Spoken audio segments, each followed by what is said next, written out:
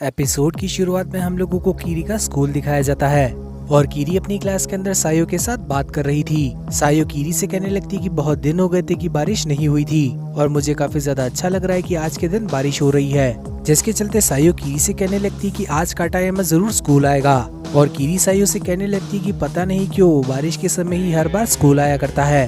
और कुछ देर बाद इन दोनों की क्लास शुरू हो जाती है और टीचर पूरी क्लास को पढ़ा रहा था, लेकिन तभी अचानक से कोई दरवाजे पर पहुंच जाता है, जिसके चलते सभी लोगों का ध्यान दरवाजे पर चला जाता है।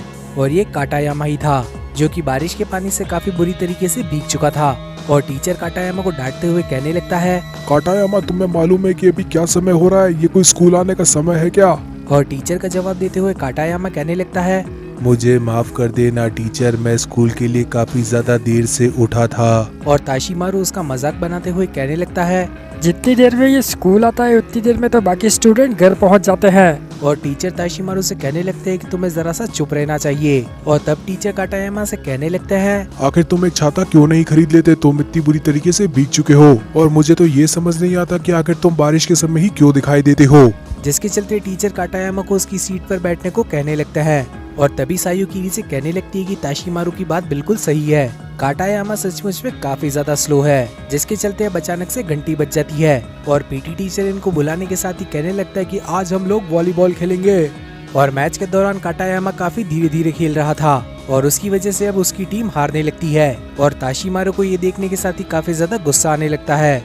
ताशीमारू काटायामा पर चिल्लाते हुए कहने लगता है, अरे सुस्त ढीले इंसान, तुझे उस बॉल को मारना होगा, जल्दी से उसे उठाकर दूसरी तरफ फेंक। लेकिन काटायामा उसे बेवकूफों की तरह घूरने लगता है। और इस सब का रिजल्ट ये निकलता है कि इन लोगों की टीम हार जाती है। और इस सब के चलते हम लोगों को बॉयज लॉकर रूम का सीन दिखाया जाता है और ताशीमुरा काटायामा का कॉलर पकड़ने के साथ ही कहने लगता है, सुस्तेले इंसान, आज तेरी वजह से हम लोग गेम हार गए। क्या तू उस जगह खड़ा होकर मेरा मजाक उड़ा रहा था? जिस पर काटायामा कहने लगता है, मुझे माफ कर दो। और ताशीमारू का फ्रेंड कहने लगता है, तुम तो कपड़े भी काफी ज्यादा स्लो चेंज करते होगे, तो आज हम ही तुम्हारे कपड़े चेंज कर देते हैं। जिसके चलते ये सभी लोग काटायामा के कपड़े उतार देते हैं और ताशीमुरा उसे जमीन पर खींचते हुए बाहर लेकर आ जाता है, जहाँ पर ताशीमुरा को देखकर सभी लड़कियां जोर जोर से चिल्लाने लगती है। लड़कियां भी लाइक, अरे मैया मोरी जोका देख लियो। और काटायामा शर्म से अपने आप को छुपाने लगता है और ताशीमुरा उसका काफी गंदा मजाक बनाने लगता है। लेकिन तभी वो नोटिस करता है कि काटायामा की पीठ पर एक बड़ा सा स्पाइरल बना हुआ था, साथ ही वो निशान धीरे धीरे शाइन भी कर रहा था।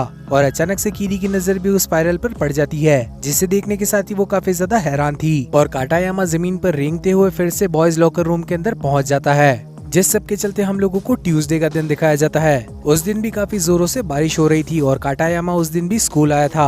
और इस बार काटायामा की पीठ जरा सी बाहर को निकली हुई थी और काटायामा क्लास के अंदर आने के साथ ही टीचर से माफी मांगने लगता है और टीचर उसे अंदर बैठने को अलाउ भी कर देता है। और टीचर काटायामा से पूछने लगता है कि आखिर तुम्हारी बैग के साथ क्या प्रॉब्लम है, जिस पर काटायामा कहने लगता है, शायद मेरी पीठ सूज गई है। और जब काटायामा अपनी सीट पर बैठ रहा था तो वो काफी बुरी तरीके से हाफ भी रहा था। और सायो कीरी से कहने लगती कि उसकी पीठ पर बना ये निशान तो चमक रहा है। और कीरी मन में सोचने लगती कि ये तो एक स्पाइरल है। और सायो कीरी से कहने लगती कि ये स्पाइरल तो सचमुच में काफी ज्यादा डरावना है और इस वजह से ये तो पूरी तरह से एक स्नेल की तरह दिख रहा है। जिस सब के चलते हम लोगों को वेडनेसडे का दिन दिखाया जाता है और उस दिन भी काफी बुरी तरीके से बारिश हो रही थी। और वेडनेसडे के दिन भी काटायामा स्कूल आया था और उस दिन काटायामा की स्वेलिंग काफी ज्यादा बढ़ चुकी थी। और अगले दिन भी बारिश हो रही थी, यानी कि थर्सडे का दिन। और काटायामा उस दिन भी स्कूल आया था, लेकिन इस बार काटायामा रेंगते हुए क्लास के अंदर आता है और उसे देखने के साथ ही सभी लोग काफी ज्यादा डर जाते हैं। और आज के दिन तो काटायामा की पीठ एक स्नेल की शेल की तरह लग रही थी और सभी लोग उसे काफी ज्यादा घबराते हुए देखने लगते हैं। और काटायामा रेंगते हुए अपनी सीट पर बैठने लगता है और काटायामा अपनी सीट पर ही लेट जाता है, लेकिन उससे डरने के साथ ही बाकी के स्टूडेंट पीछे हट गए थे।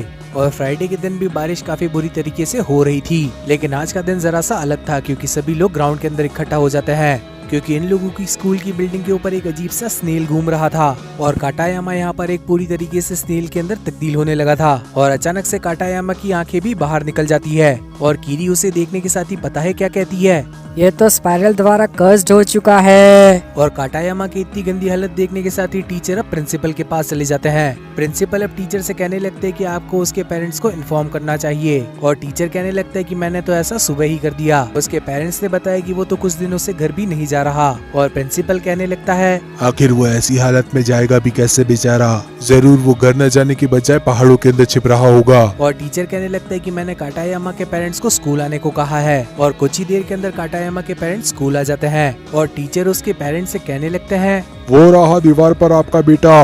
और काटायामा के पेरेंट्स उस बड़े से स्नेल को देखने के साथ ही काफी ज्यादा घबराने लगते हैं। और काटायामा का बाप टीचर से कहने लगता है, साले चूतिया समझ रखा है क्या। और काटायामा के पेरेंट्स उसकी जिम्मेदारी नहीं लेते और वहाँ से चले जाते हैं। जिसके चलते अब स्कूल की अथॉरिटी काटायामा को दीवार से नीचे उतारने की कोशिश करने लगती है। और काफी मुश्किल के बाद ये लोग काटायामा को दीवार से नीचे उतार लेते हैं। जिसके चलते वो उस स्नेल को एक बाहर की जगह पर बंद कर देते हैं। और ताशिमुरा एक लकड़ी से उस स्नेल को छेड़ने लगता है। और कीरी ताशिमुरा से कहने लगती है, आखिर तुम उससे इतना परेशान क्यों कर रहे हो, प्लीज उसे अकेला छोड़ दो। जिस पर ताशिमुरा कहने लगता है कि वो तो एक स्नेल है, वो अब एक इंसान नहीं रहा। और बारिश के रुकने के साथ ही वो स्नेल अपने शेल के अंदर चला जाता है। जिसके चलते ताशिमुरा नल खोलकर पानी पीने लगता है। और ताशिमुरा के दोस्त उससे कहने लगते हैं, आखिर तुम इतना ज्यादा पानी क्यों पी रहे हो। और ताशिमुरा कहने लगता है, क्या तुम लोगों को गर्मी नहीं लग रही। और उसके दोस्त उससे कहने लगते हैं कि अभी तो इतनी गर्मी नहीं है। और छुट्टी के समय ताशिमुरा के दोस्त उससे आगे निकलने लगते हैं। और ताशिमुरा उनसे कहने लगता है, तुम सभी लोग जरा सा मेरे लिए रुक जाओ, आखिर तुम आज इतना तेज क्यों चल रहे हो। और ताशिमुरा के दोस्त उससे कहने लगते हैं कि आज तुम ही काफी ज्यादा धीरे चल रहे हो। और ताशिमुरा भागते हुए काफी ज्यादा हांफने लगता है। और उस दिन के बाद से ताशिमुरा ने स्कूल आना ही बंद कर दिया। जिस सब के चलते कीरी और उसकी दोस्त काटायामा को चेक करने जाती है। लेकिन काटायामा तो अपने शेल के अंदर ही बैठा हुआ था। और सायो कीरी से कहने लगती है कि काफी दिनों से बारिश नहीं हुई। और कीरी सायो से कहने लगती है कि ऐसे तो ये डिहाइड्रेशन से मारा जाएगा, हम लोगों को शायद इसे पानी देना चाहिए। और सायो कीरी से कहने लगती है कि कहीं उसने अपना फेस दिखा दिया फिर।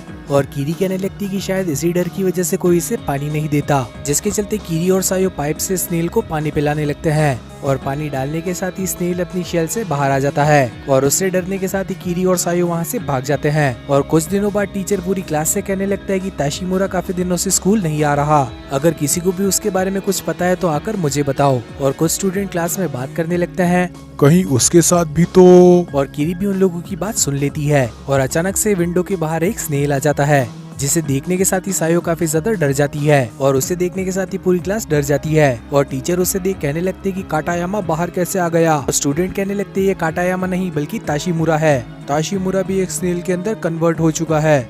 जिस सब के चलते ताशिमुरा को भी काटायामा के साथ ही रखा जाता है। और सायो कहने लगती कि आज के बाद ताशिमुरा किसी को भी परेशान नहीं कर पाएगा। और कुछ स्टूडेंट उन दोनों स्नेल को देखकर कहने लगते हैं, अरे अरे आखिर ये दोनों क्या कर रहे हैं, मुझे तो कुछ समझ ही नहीं आ रही। और तभी दूसरी तरफ से आवाज आने लगती है, अरे ये तो वो वाली हरकत कर रहे हैं, आखिर ये कैसे हो सकता है, ये दोनों तो मेल हैं। और मैं तुम लोगों की जानकारी के लिए बता दूं कि स्नेल्स के अंदर इस तरह का रिप्रोडक्शन पॉसिबल है। और अगले दिन वो दोनों ही स्नेल्स वहाँ से भाग जाते हैं। और टीचर ये चीज देख कहने लगता है कि वो दोनों तो यहाँ से गड्ढा खोदने के साथ ही भाग गए। उन दोनों स्नेल्स ने अपने पीछे छाप भी छोड़ी है, जिस वजह से ये सभी लोग उनका पीछा करने लगते हैं। और वो निशान इन लोगों को सीधा जंगल के अंदर लेकर आ जाते हैं। और टीचर को उस जगह पर कुछ गड़ा हुआ मिलता है, जिस वजह से टीचर वहाँ पर गड्ढा खोदना शुरू कर देता है। और अचानक से वहाँ पर टीचर को स्नेल्स के काफी सारे अंडे मिलते हैं। और टीचर कहने लगता है कि उन दोनों स्नेल्स के अंदर से ही किसी का काम है। और टीचर कहने लगता है कि ये सब कुछ तो काफी ज्यादा बेहुदा है, वो दोनों ना पूरी तरह से कोई स्नेल है ना ही पूरी तरह से कोई इंसान, ये चीज पॉसिबल नहीं हो सकती। और इतना कहने के साथ ही वो टीचर अपने पैरों से उन अंडों को कुचलने लगता है। और कुछ देर पर ढूंढने पर उन दोनों को वहाँ पर कोई और अंडे नहीं मिले,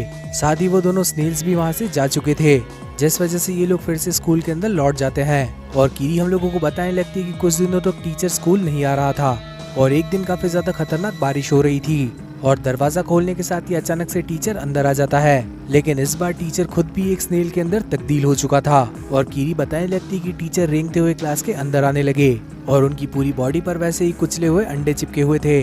देखने में टीचर की हालत काफी ज्यादा भयानक थी। और उन्हें देखने के साथ ही सभी स्टूडेंट काफी ज्यादा डरने लगे। और इसी चीज के चलते ये एपिसोड भी यहीं पर खत्म हो जाता है। तो आखिर आप लोगों को ये एपिसोड कैसा लगा ये कमेंट सेक्शन में बताना मत भूलना। साथ ही इस वीडियो को लाइक करने के साथ ही चैनल को भी सब्सक्राइब कर लेना। और आखिर में नोटिफिकेशन बेल को ऑन करना मत भूलना, ताकि फ्यूचर में आने वाली वीडियोस की नोटिफिकेशन आप लोगों से मिस ना हो। तो अब मिलते हैं इसी टाइप की और किसी अमेजिंग वीडियो के अंदर, तब तक के लिए बाय एवरीवन।